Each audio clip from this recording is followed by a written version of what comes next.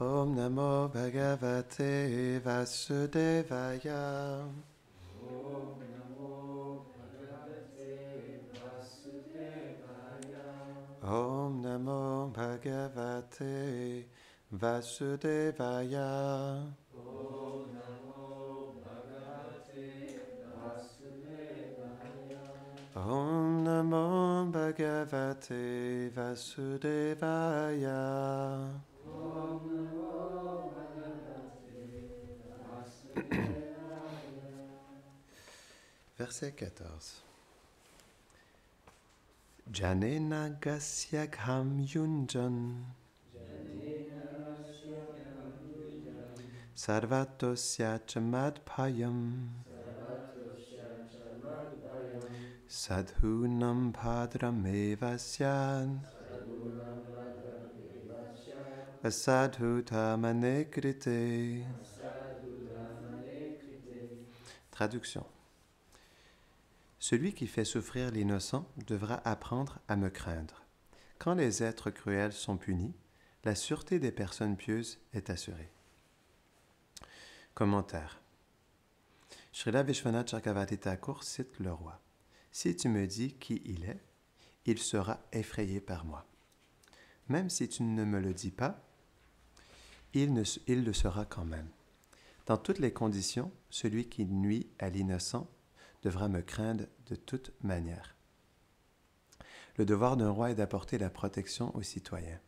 Or, en châtiant les bandits fermement, un roi fait que les malfrats ne se multiplient pas, ce qui permet ainsi aux vertueux et aux innocents de vivre paisiblement.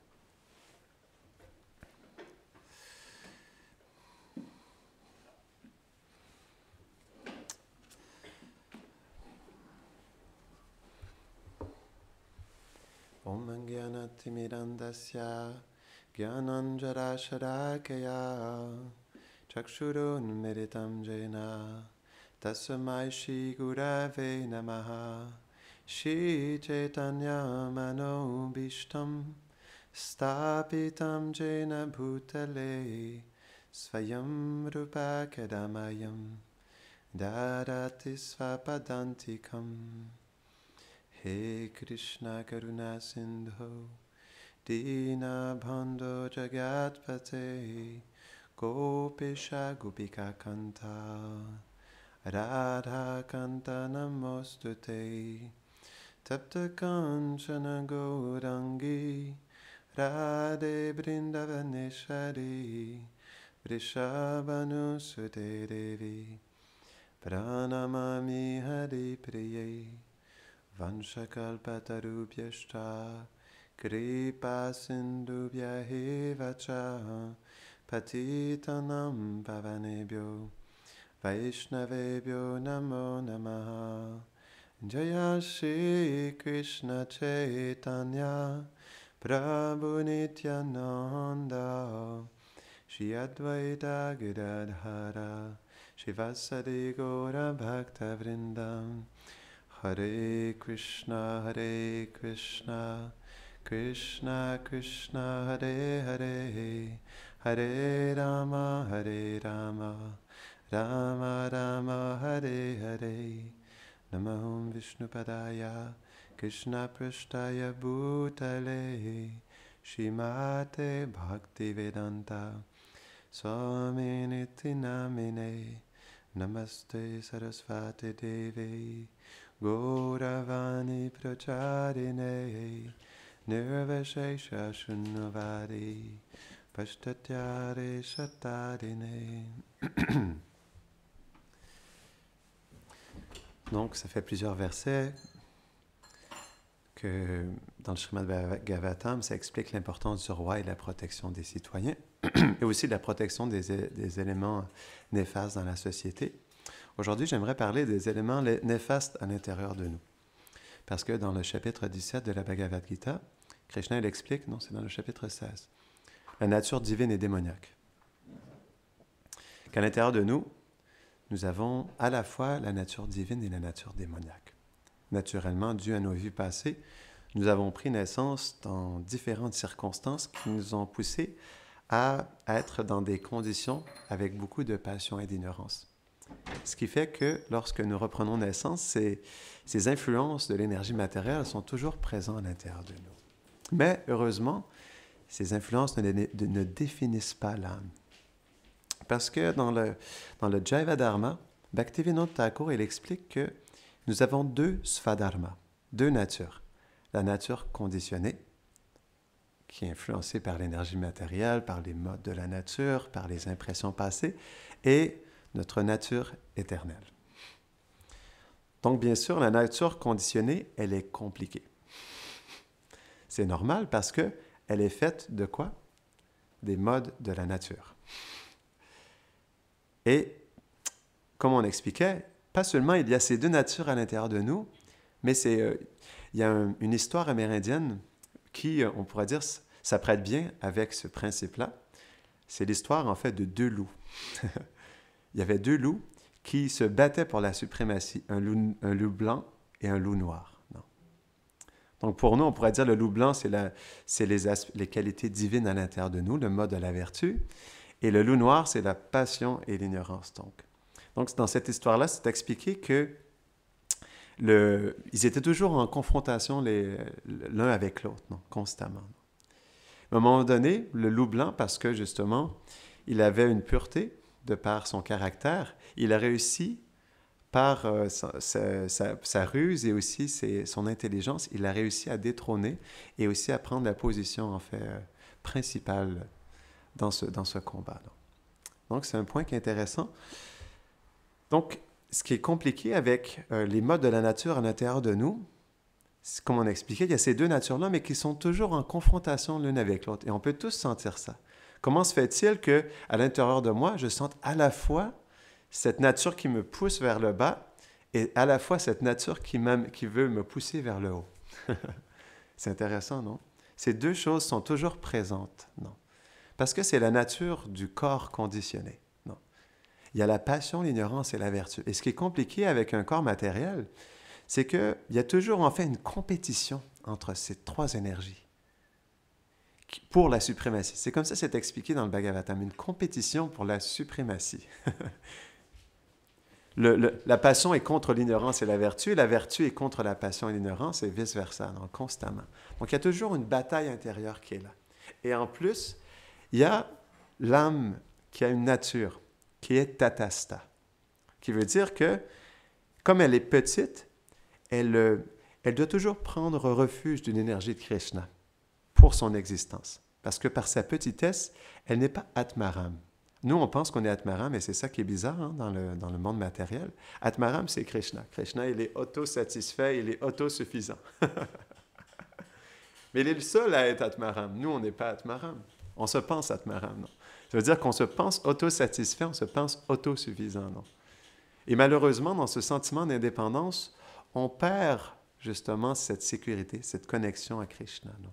C'est ce qui fait qu'on est victimisé par l'énergie matérielle, parce qu'on se pense indépendant, et dans ce sentiment de vouloir prendre la position de Krishna, eh bien, on perd tous nos moyens. Plus on veut être dans cette position, d'être dans le contrôle et la jouissance, et plus, en réalité, on devient influencé par les complexités matérielles, par la passion, l'ignorance et la vertu. Donc, il y a toujours une compétition constante. C'est comme ça. C'est la nature de ce monde. Ça ne changera pas. Parfois, certaines personnes disent « Oh, mais si peut-être que je fais le bien dans le monde, alors tout va changer. » Mais des problèmes, il y en avait il y a 10 ans, il y a 100 ans, il y a 500 ans, il y a 1000 ans, il y a toujours eu des problèmes.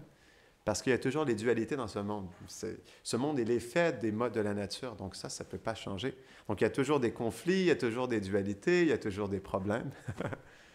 Parfois, on se dit, mais pourquoi j'ai des problèmes dans ma vie? Ben, c'est parce que je suis dans le monde matériel. Et on ne peut pas éviter les problèmes. Non. C'est un monde de problèmes. Donc, on doit apprendre à vivre avec, mais sur la plateforme de l'âme, en connexion avec Krishna. Parce que le point, c'est que ce n'est pas qu'on va changer ce monde. Donc, on ne peut pas changer notre conditionnement. Il est comme il est. On ne peut pas changer les impressions, elles sont là. Non. Après ça, on peut installer des nouvelles impressions. Non. On ne peut pas changer le prarabdha karma. Ça, c'est le corps qui est manifeste. On a un corps avec une certaine capacité matérielle, avec une certaine nature, avec un certain mental. Ça, on ne peut pas changer ça. La seule chose qu'on peut changer, C'est comment on perçoit ces choses. C'est juste ça qu'on peut changer. Mais c'est ça qui fait toute la différence aussi. Parce que bien sûr, bon, le corps, il continue comme il est. Le mental, il continue comme il est. Ça ne change pas. Le mental reste le mental. Le corps reste le corps. Le corps vieillit, puis le mental, il est toujours perturbant. Ça ne change pas. Parce que c'est la nature du mental, non? C'est naturel. Même dans le monde transcendantal, ils ont un mental aussi. Ils ont des sens, ils ont des... Non, ils ont des désirs, mais c'est toujours connecté avec Krishna, avec des sentiments d'amour envers Krishna. Mais c'est pas une formule différente. C'est toujours la même formule. Il n'y a pas quelque chose qui change. Le monde matériel, c'est un reflet perverti du monde transcendantal, non? Donc, c'est exactement la même chose, mais d'une manière pervertie. Pervertie, ça veut dire que toutes ces choses, ces qualités ou ces relations du monde transcendantal, lorsqu'ils descendent ici, bien, elles deviennent perverties par les modes de la nature, non? J'ai toujours trouvé ça intéressant dans le Chaitanya Charitamrita. Prabhupada, il explique comment la concupiscence elle se manifeste dans ce monde. Il dit en fait, la concupiscence, c'est le pur amour de Krishna qui, lorsqu'il descend dans ce monde, il devient en fait recouvert, non? Contaminé par la passion et l'ignorance, non? Et c'est la Ladini Shakti plutôt, non? C'est la Ladini Shakti, c'est ça la concupiscence. C'est la Ladini Shakti qui descend ce monde et qui est mélangée avec la passion et l'ignorance. Et ça crée la concupiscence, non? Donc c'est ça, tout est filtré à travers les modes de la nature dans ce monde. Et c'est pourquoi c'est compliqué. Mais il y a de l'espoir. Parce que Krishna, dans la Bhagavad Gita, il dit que cette énergie qui est mienne, cette énergie divine qui est insurmontable, eh bien, si quelqu'un prend refuge en moi, alors elle est facilement surmontable. Il devient très facile de la surmonter. Ce n'est pas par nous-mêmes. Ce n'est pas que le petit jiva, 1/10,000e, la pointe d'un cheveu, est capable de... Imaginons-nous, non? Dans un océan illimité, comment est-ce que... non? Parce que c'est expliqué dans le Bhagavatam. L'océan de l'existence matérielle, c'est un océan où il y a des aquatiques, non, des requins qui essaient de nous manger. C'est ça qui est expliqué dans le Bhagavatam. À chaque instant, il y a un requin qui veut nous bouffer. Non? Et je trouve que c'est une belle analogie, non? Donc oui, bien sûr, c'est lorsqu'on ne prend pas refuge en Krishna et qu'on prend refuge en nos propres moyens, non? Alors bien sûr, là, à chaque instant, non, on peut se faire bouffer par un requin, non, par l'énergie matérielle. Donc, bien sûr, oui, ça, c'est inévitable. Ce qu'on expliquait, ça, c'est la nature de ce monde. Donc, l'âme infinitésimale, qu'est-ce qu'elle peut faire contre cette énergie divine de Krishna? C'est impossible. Impossible. Mais, on expliquait la nature de l'âme, Tatasta, une qualité de l'âme, c'est qu'elle doit toujours prendre refuge d'une énergie de Krishna. Mais, soit elle prend refuge de l'énergie matérielle, ou soit elle prend refuge de l'énergie spirituelle. Et c'est ça qui fait toute la différence. Donc, bien sûr, si on prend refuge de l'énergie matérielle, on sera complètement avalé, non? On sera complètement victimisé par les modes de la nature. Ça, c'est inévitable. Parce que plus on prend refuge de cette énergie, et plus elle va nous influencer, naturellement. Mais, comme on a ce potentiel en nous, prendre aussi refuge en Krishna, parce que dans le Harinam Chintamani, Bhaktivinoda Thakur, il dit que la qualité primordiale de l'âme, donc, il dit que l'âme, elle a une qualité primaire et elle a des qualités secondaires. Il explique, et ça, c'est beau. Ça, c'est notre espoir. Ça, c'est notre sécurité. Il dit, la qualité primordiale de l'âme, c'est de prendre refuge en Krishna. Et c'est quoi la qualité primordiale de Krishna? C'est quoi la qualité primaire de Krishna? Donner son refuge. Bhakta Vatsalya. Donc, il y a complètement une symbiose parfaite entre chaque âme et Krishna. Parce que l'âme, sa qualité primordiale, c'est de prendre refuge absolu et complet en Krishna. Et Krishna, pour réciproquer, sa qualité, c'est Bhakta Vatsalya, c'est qu'il est le meilleur ami de son dévot. Prabhupada, il explique ça. Je trouve ça intéressant la manière dont Prabhupada il l'amène dans son commentaire dans la Bhagavad Gita, chapitre 5, verset 29. C'est un verset qui est expliqué que Krishna, il dit « Je suis ton meilleur ami, c'est moi qui contrôle tout, non? Alors tu devrais t'abandonner à moi. » Donc, Prabhupada, il dit dans sa teneur et portée que ça, c'est la formule de la paix. Et j'ai toujours trouvé ça intéressant. C'est la formule de la paix. Comprendre que Krishna est notre meilleur ami, qu'il contrôle absolument tout, qu'il ne fait aucune erreur, et qu'il veut notre bien, parce qu'il est Bhakta Vatsalya. C'est de la qualité primordiale de Krishna. Il veut le bien c'est le cher ami de ses dévots. Donc c'est pourquoi Krishna, il dit en fait, c'est très beau, 1865, non, pas Bhaktima, mais Vijayanati, je ne me rappelle plus, ça fait longtemps que je ne l'ai pas répété, 1865, Bhagavad Gita, what is it? Don't remember. Donc dans ce verset-là, c'est très intéressant, Prabhupada, il dit en fait, je te promets ça parce que je suis ton cher ami. Il dit, si tu m'adores, je ne me rappelle plus exactement, si tu m'adores, si tu me pries, si tu m'adores, si tu prends refuge en moi, je te promets ma protection parce que je suis ton cher ami. Non? Man mana bhavamad bhakto, mam yaji mam namaskuru. Jai. Donc ça, c'est un beau verset. Puis ensuite, 1866, Sarva dharman parityaja, mam ekam sharanam raja, aham vam sarva papebhyo, moksha yeshyam ima suchaha. À un moment donné, Prabhupada il donnait une conférence. Et il y a un disciple qui a levé la main, il a posé une question. Il a dit à Prabhupada, oh Prabhupada, combien de temps ça prend pour se libérer de tous nos péchés, de toutes nos réactions karmiques négatives? Non? Combien de temps ça prend? Et Prabhupada, il a dit, Ma Suchaha, 1 minute, 1 minute, 1 minute. Il a dit vraiment avec conviction. 1 minute.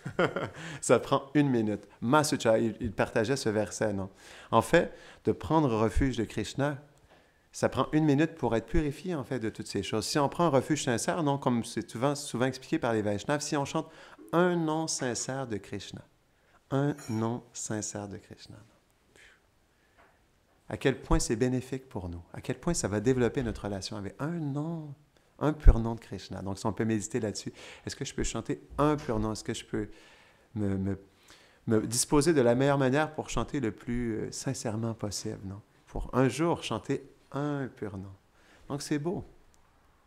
Donc, le point, c'est que on est une âme spirituelle. On n'est pas toutes ces couches. On n'est pas défini par toutes ces couches. Bien sûr, comme on est tellement habitué à relationner avec l'énergie matérielle, bien sûr, on s'identifie beaucoup. Et il y a un attachement qui est là et c'est compliqué pour nous.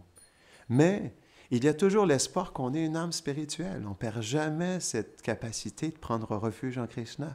Krishna ne perd jamais sa capacité d'être notre meilleur ami et notre plus grand refuge. Ça, c'est notre nature éternelle. On peut pas se défaire de notre nature éternelle, mais on peut se défaire de notre conditionnement. Complètement. Après ça, c'est par la miséricorde de Krishna et par notre sincérité, non? Par notre sincère désir de vouloir prendre refuge de Krishna, bien sûr. Mais reste qu'à chaque instant, on ne perd jamais ce potentiel. Et on le voit dans les Vaishnavas, à quel point ils sont compassionnés, à quel point ils voient le potentiel, non? Vaisheshika Prabhu, il disait en anglais « fan the spark ». Prabhupada, il était expert à ça, en fait, à faner l'étincelle, non? Faner l'étincelle dans le cœur de ses dévots.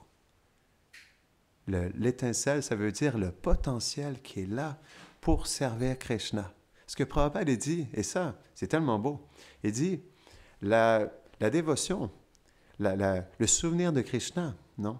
D'être conscient de Krishna, ça, c'est pas du tout ce n'est pas une imposition artificielle sur le mental, c'est une disposition naturelle de l'âme.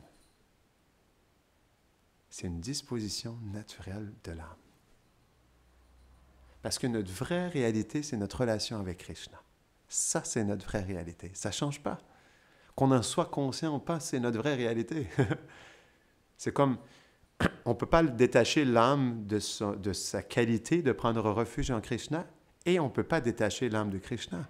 Krishna, il dit dans la Bhagavad Gita, en fait, 13.34, si je me rappelle bien, il dit, en fait, vous êtes, toutes les âmes, ils sont une parcelle de ma personne. On est une parcelle de Krishna, ça ne change pas.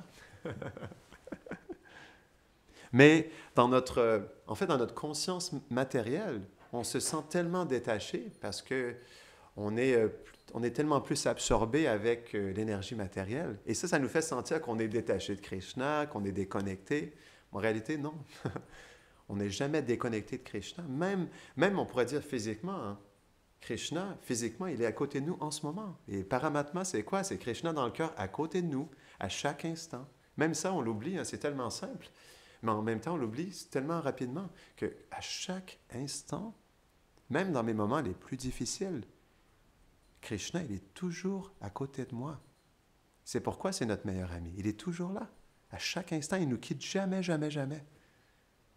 C'est pourquoi aussi Krishna, c'est le principe du gourou, parce qu'il est dans notre cœur, il nous accompagne à chaque instant. Même quand on est complètement dans l'illusion, complètement dans l'oubli, Krishna, il nous accompagne à chaque instant. Il est toujours là, à côté de nous, pour en fait nous soutenir.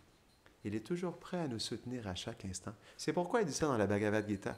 Encore une fois, on la cite souvent parce que c'est les enseignements de Krishna. Krishna, il dit 18, c'est le Chatushloki, non? L'essence de la Bhagavad Gita. Il dit que, en fait, s'il te manque quelque chose, je te le pourvois. Et ce que tu as déjà, je le maintiens. Non. Mais ce que tu n'as pas, je le pourvois, je te le donne. Je dispose de ce qui te manque pour que tu puisses être plein et complet. Non. Donc ça, c'est la nature de Krishna. En plus d'être notre meilleur ami, puis nous donner refuge, il nous accompagne à chaque instant, puis il nous donne en fait tout ce que nous avons besoin pour être connectés à lui, pour faire notre service, non? Pour avancer spirituellement. On ne doit jamais oublier ça. C'est ce qui se passe, qu'on en soit conscient ou pas. C'est ce qui se passe à chaque instant. C'est pourquoi c'est la formule de la paix. Parce qu'on est pris en pensant que Krishna est tellement loin, mais non, en fait, il est tellement proche de nous qu'on n'arrive pas à le voir. Je me rappelle, j'avais déjà vu ça à un moment donné, et je trouve que c'est une belle caricature. Il y avait un enfant, donc c'est un dessin qui a été fait. Donc il y a un enfant, il a un télescope, quoi. Non, c'est un petit télescope, quoi, comme ça, non? Mais il est posé sur Dieu, qui est présenté comme un grand sage, très grand, non, avec une grosse barbe naturelle, et une grande robe blanche. Et son télescope, il est collé sur sa robe, quoi. Et donc, du coup, il cherche Dieu, mais il ne le voit pas. Parce que Krishna, il est tout, non? Donc, c'est pourquoi, non? Mais où est Krishna? Non. C'est intéressant, non? C'est comme il est... C'est ça le problème, non? Krishna, il est tellement tout, il est tellement partout, il est tellement présent qu'on n'arrive pas à le voir. Donc c'est ça.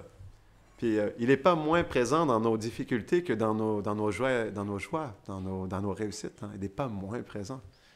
Parce que sans ça, Krishna, ça serait quelque chose de matériel. OK? Alors, quand je suis heureux, il est présent, mais quand je suis malheureux, il disparaît. Ben non. Ça veut dire que Krishna, il serait temporaire. Il ne serait pas la personne suprême, non. Il ne serait pas infini, non. Il ne serait pas éternel. Ben non, ça ne marche pas. Donc, il disparaît jamais. Après ça, dans notre oubli, on peut penser que Krishna disparaît. Et dans un sentiment de séparation, donc ce n'est pas quelque chose d'ordinaire, quand les gopis ne voient plus Krishna, elles sont complètement dévastées parce qu'elles ne peuvent pas vivre sans lui, non. Parce qu'elles sont complètement unies à lui. Et c'est ça. Dans notre nature, nous sommes complètement unis à Krishna. C'est pourquoi quand l'âme s'éveille, il y a un sentiment de séparation qui est là parce qu'on ne peut pas être séparé de Krishna, on ne peut pas être séparé de ses dévots, c'est impossible. Parce qu'on n'a pas d'existence sans Krishna. C'est pourquoi plus on s'éveille et plus on développe un attachement pour Krishna. C'est naturel. Parce qu'on réalise qu'on ne peut pas vivre sans lui. C'est une question de vie. C'est une question de... Pour nous, c'est une question de vie ou de mort. C'est ça l'expérience des Vaishnavas, non? Donc, c'est expliqué, non? Et ça, c'est un bel exemple quand même. Sridham Saka, lorsque Krishna il est dans les forêts de Vrindavan, lorsqu'il passe derrière un arbre et que Sridham Saka, il n'arrive plus à le voir même un instant, il perd conscience, en fait, il s'évanouit sur le sol, tellement il est en séparation de Krishna. Il ne le voit pas un instant. Mais c'est ça, en fait, vivre avec Krishna. C'est ça, vivre avec ses dévots. Et ça, c'est quelque chose d'important aussi. On doit comprendre qu'au même titre on peut pas vivre sans Krishna, on ne peut pas se séparer de lui. À aucun moment, on ne peut pas vivre sans ses dévots aussi. C'est pourquoi Sanatana Goswami dit « Ma plus grande souffrance en ce monde, c'est d'être séparé des dévots. » Ça, c'est ma plus grande souffrance, d'être séparé des dévots. Parce qu'on peut pas... Parce que, en fait, les dévots, c'est ce qui nous permet de nous souvenir de Krishna, de développer notre amour pour lui. On ne peut pas vivre sans les dévots. Et c'est pourquoi aussi l'aspect du maître spirituel il est important. Parce que le disciple, il devient comme un ornement du maître spirituel. Non. Parce que le maître spirituel, c'est lui qui a cette connexion avec Krishna, non? Qui a ce lien direct, non? Par sa relation naturelle. Et donc, nous, c'est simplement lorsque, justement, on comprend que on est complètement dépendant du maître spirituel. Le maître spirituel, il est notre vie, il est notre âme, il est notre souffle, non? Parce qu'il est notre cœur, parce que sans lui, on n'est rien, absolument rien, non? C'est pourquoi c'est beau, ça. Je trouve ça très beau, non? Gurudev, il expliquait cet exemple, je trouve ça très beau, de devenir un ornement, d'être un ornement, en fait, du Vaishnava. C'est très beau, ça. Parce que tout seul, nous sommes rien, non? Nous sommes absolument rien, mais quand nous sommes connectés au maître spirituel et que nous sentons cette union et cette union inséparable, non? C'est à ce moment-là qu'on peut un jour devenir un ornement du maître spirituel. Non? Donc il a déjà tellement de qualités, mais nos qualités, elles se manifestent lorsque nous devenons un ornement du maître spirituel. Notre dévotion et notre amour pour Krishna se développe lorsque nous devenons un ornement du maître spirituel. Et ça, c'est beau. Ça, c'est vraiment beau. Et c'est ce principe qui nous pousse à vivre dans le refuge exclusif du maître spirituel. À chaque instant, non. Dans toute notre vie, non. À tous les niveaux, à tous les aspects de notre vie, non. Donc, on va terminer ici. Est-ce qu'il y a des questions ou des réflexions avant qu'on termine? Ou est-ce que tu voulais rajouter quelque chose, Gurudev?